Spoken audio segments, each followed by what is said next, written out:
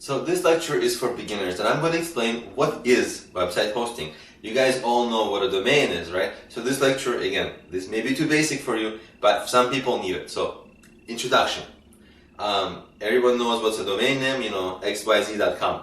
But what is hosting? Many people do get confused, especially if it's your first time building a website. People do get confused. And hosting is actually, it's simple, because your domain name is just your domain name, but it's not, the domain name redirects to a computer. Basically, it's a computer. It's kind of called a server, whatever, that has the files of your website and serves up all those files through the web browser. Okay? And you may ask, well, if it's usually it's paid. You have to pay for it a little bit. It's cheap. But just about all sites pay for hosting. The only sites that don't pay for hosting is if you make if your URL is something like yourdomainname.com, it's your domain name, you gotta pay for your hosting. If your domain name is something like XYZ yourbusiness.wordpress.com, see, you're hosted on WordPress. It's free for you, but it's unprofessional, right? Because you're xyz.wordpress.com. So it doesn't look as good. So my recommendation is everybody should get hosting. I buy hosting. Everybody that I know that has a real, that grew their business, ultimately they buy their hosting. And it's cheap. It's a few dollars a month, and you get a lot. Because you might ask, well, if it's a computer that serves files, why don't I just do it from my own computer? And in theory, you could.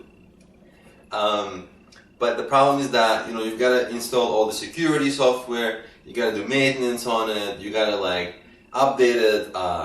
There's so many things. There's different software.